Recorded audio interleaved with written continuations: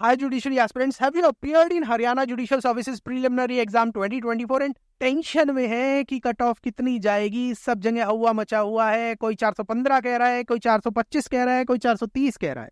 क्या सच में ऐसा है? आज के इस वीडियो में we will be clearing all your doubt regarding the cutoff of the Haryana Judicial Services Preliminary 2024 exam. Video को शुरू करने से पहले स्टार्टिंग में ही बता रहा हूं कि हमारा जो एनालिसिस है, पर्सनल एनालिसिस है, वो ये है कि जो maximum cut off Haryana judicial services preliminary exam 2024 के लिए जा सकती है वो अंडर 400 होगी। और ऐसा क्यों है उसके पीछे के सारे रीजन बताऊंगा। वीडियो शुरू करने से पहले हो सकता है जब मैंने आपको अंडर 400 बोला तो आप ये बोलेंगे सर नहीं, पेपर तो बहुत आसान हुआ था, पेपर बहुत आसान था, सब बच्चे कह रहे हमारे इतने नंबर आएंगे, इतने नंबर आएंगे, हमारे इतने ठीक हो गए। वेट करिए, आपको हर रीजन बताऊंगा कि क्यों अंडर 400 ही आपकी कट ऑफ हो सकती है। हाँ, आई हम्बली एक्सेप्ट कि हो सकता है कि हम गलत हो, मगर आज की तारीख में after going through the question paper and after hearing the feedback of the concerned student and after doing our own analysis of last 15 years, हमारा यही कंक्लूजन है कि अंडर 400 ही आपकी एक्सपेक्टेड कट ऑफ होगी। उसके पीछे जो भी रीजन है वो आपको इस वीडियो के अंदर बताऊंगा। This is Ashish Jain, founder and chief educator at Dhan law mentor, and we help law students crack judiciary and APU exam by dissecting legal provisions with ease like a doctor and with the help of landmark judgment in strategic manner, time bound manner। चलिए बिना देरी किए आज के video को शुरू करते हैं और मैं फटाफट से आपको अपने व्हाइट बोर्ड की तरफ लेके चलता हूं जहां पर मैं आपको वो सारे रीजन बताऊंगा और आपकी सारी ऑब्जेक्शंस को भी देखूंगा और उनके जवाब दूंगा कि क्यों मैं ये सोचता हूं, क्यों धन लॉ मेंटर इंस्टीट्यूशन ये सोचता है कि हरियाणा जुडिशियल सर्विसेज की कट ऑफ अंडर 400 जाएगी। देखिए, जो सबसे पहला ऑब्जेक्शन सभी लोग दे रहे हैं, the paper was easy, the paper was easy and number of students are more, number of students are more. तीसरा, हाई कंपटीशन। ये तीन ग्राउंड्स बेसिकली कंसर्न स्टूडेंट्स के द्वारा या और लोगों के द्वारा दिए जा रहे हैं बाय सेइंग दैट कि कट ऑफ में reach to even 420, 425 and 430 out of 500 marks paper, जिसके अंदर नेगेटिव मार्किंग भी है, नया रूल भी है। उन पर चीजों पर आऊंगा, मगर पहले मैं आपकी इन सारी चीजों को देखते हैं कि द पेपर वॉज इजी। ठीक है, जो ये पहला पॉइंट ये कह रहे हैं कि पेपर बहुत इजी था तो इसलिए कट ऑफ हाई जाएगी। ठीक है, आपकी बात से कहीं ना कहीं मैं थोड़ा सा एग्री करता हूं, मगर ये भी सच्चाई है। अगर पेपर इजी है तो कंसर्न्ड स्टूडेंट, कोई भी स्टूडेंट या एस्पिरेंट जब भी एग्जाम देने बैठता है वो क्वेश्चन अटेम्प्ट करना शुरू करता है, हाँ मुझे ये भी आता है, हाँ मुझे ये भी आता है, तो उससे ऑटोमेटिकली ओवर कॉन्फिडेंस आ जाता है। और जब ओवर कॉन्फिडेंस आता है तो सिली मिस्टेक्स होने के चांसेस बहुत ज्यादा होते हैं। उस ओवर कॉन्फिडेंस की वजह से सिली मिस्टेक, अब देखिए अगर पेपर नॉर्मल होता है, जब भी हमसे सिली मिस्टेक्स होती है, कोई भी जुडिशरी एस्पिरेंट है जिसने बहुत ही अच्छी तैयारी कर रही हो और वो कोई भी पेपर देने गया हो, ऐसा कोई स्टूडेंट बताइए जो आके बोले कि हाँ मुझसे पेपर देने के बाद कोई गलती नहीं हुई है नॉर्मल पेपर के अंदर।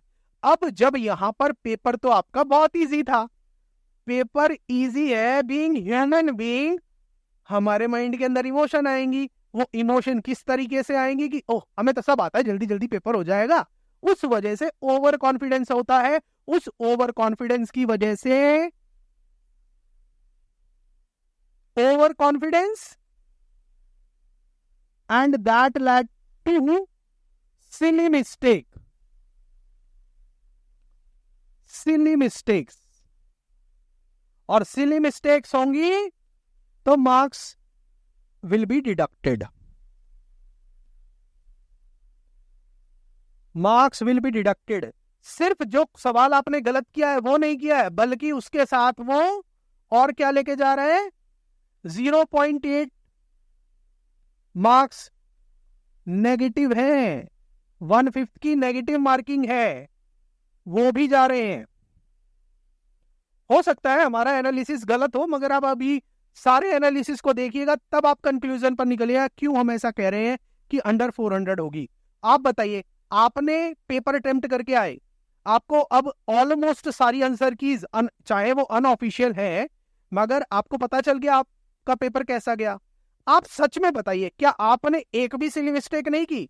अगर सिली मिस्टेक की है तो कमेंट सेक्शन के अंदर हाँ बताओ, और बताओ कि कौन से क्वेश्चन के अंदर की है, क्या वो क्वेश्चन था, और नहीं की है तो ये भी बताइए, ताकि we can highly appreciate your sense of attentiveness during the exam, because it is a very very high quality of a exam aspirant. जल्दी से बताइएगा कमेंट सेक्शन के अंदर। और वीडियो अगर अभी तक आपको समझ आ रहा है, अच्छा लग रहा है, हमारे एनालिसिस जिस डायरेक्शन में जा रहा है, आप उससे अगर थोड़ा सा भी रिलेट कर पा रहे हैं तो थम्स अप करके लाइक कर दीजिए, और वीडियो को दोस्तों के साथ व्हाट्सएप पे, अपने टेलीग्राम ग्रुप्स पर जितना शेयर कर सकते हैं कर दीजिए।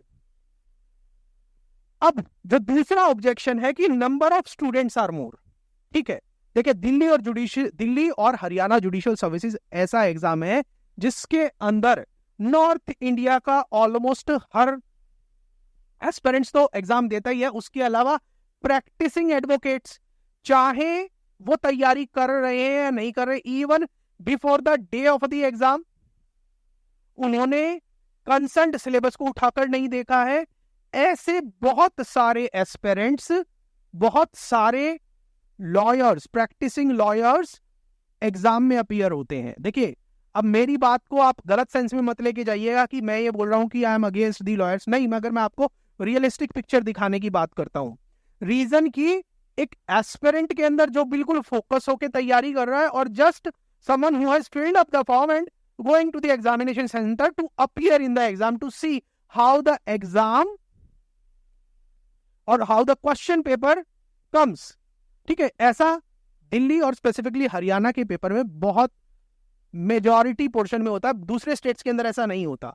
तो जो एस्पिरेंट या जो एप्लीकेंट जो एग्जाम देने गया है, जिसने तैयारी नहीं की, बिल्कुल भी रेंडमली में उठा के पेपर देने चले गए बिना तैयारी किए, तो आप बताइए कि क्या वो रेस में है? नहीं है ना, ऑब्वियसली। हाँ, हो सकता है कुछ क्लियर हो जाए, आई डू नॉट डिनाई, मगर रियल रेस में है? कमेंट सेक्शन के अंदर। आई एम नॉट अगेंस्ट एनीवन, मगर क्यों मैं इस एनालिसिस पर पहुंचा उसके पीछे बता रहा हूं। जो कंसर्न स्टूडेंट पिछले 2 साल से 3 साल से हरियाणा की वैकेंसी का इंतजार कर रहा, चाहे वो किसी भी स्टेट का है, कि ये वैकेंसी आया मैं उसे फोड़ूं, उसको एज रहेगी, या जो सिर्फ पेपर देने चला गया? ऑब्वियसली फोकस्ड कैंडिडेट को रहेगी। अब देखिए, आपका जब 10 to 15 या 20% एप्लीकेंट ऐसा है जो just for the sake of appearing in the exam गया, तो वो ऑलरेडी आउट हो गया, क्योंकि नेगेटिव मार्किंग भी है, उसके अलावा ई वाले ऑप्शन पर भी आऊंगा अभी मैं, है ना, ये पॉइंट है। इसके अलावा आप ये बोलते हो कि हर साल कैंडिडेट बढ़ रहे हैं तो कंपटीशन ज्यादा है। ऑब्वियसली कंपटीशन ज्यादा है। जब कंपटीशन ज्यादा होगा तभी तो ये देखा जाएगा कि आपके अंदर इंटेलिजेंस कितना है, आप कितने कैपेबल हैं उस एग्जाम को क्रैक करने के लिए, है ना। और यही कारण है कि रूल्स के अंदर भी थोड़ा सा मॉड्यूलेशन किया जाता है। यही कारण है इस बार जो आपके रूल्स में ई वाला ऑप्शन आया, नोटिफिकेशन की तरफ लेके जाऊंगा, उसके इंपैक्ट अभी सब लोग सोच रहे हैं कि बहुत छोटा इंपैक्ट है। अरे भाई, वहां पर एक क्लॉज लिखा है कि अगर एक सीमा से ज्यादा, एक लिमिट से ज्यादा आपने ऐसे क्वेश्चंस में किसी क्वेश्चन अटेम्प्ट भी नहीं किए और ई ऑप्शन को मार्क भी नहीं किया, तो आपको पूरे रिजल्ट से डिस्क्वालीफाई कर दिया जाएगा। समझ रहे हो? आपके पेपर अटेम्प्ट को कंसीडर ही नहीं किया जाएगा। वो भी तो एस्पेक्ट है। वो कैंडिडेट्स भी तो आउट होंगे जिन्होंने मिस्टेकनली, जिन्होंने रूल्स ही नहीं पढ़े, रेगुलेशन ही नहीं पढ़े, ये ऑप्शन क्यों आ गया, मुझे क्यों मार्क करना है, इंस्ट्रक्शन नहीं पढ़े, वो उस लिमिट से बाहर होगा या नहीं होगा। डिस्क्वालिफिकेशन भी तो बहुत ज्यादा होंगे इस बार, नया रूल आया है ना। तो कंपटीशन ज्यादा है, number of students are more, ये हमेशा रहते हैं, आज से नहीं, 2007-8 से, या जब से आपके एग्जाम हो रहे हैं, हर स्टेट में जब भी एग्जाम हो रहे हैं, हर जगह ऐसा होता है। But as far as Delhi और हरियाणा आर कंसर्न, ये एग्जाम थोड़े डिफरेंट होते हैं।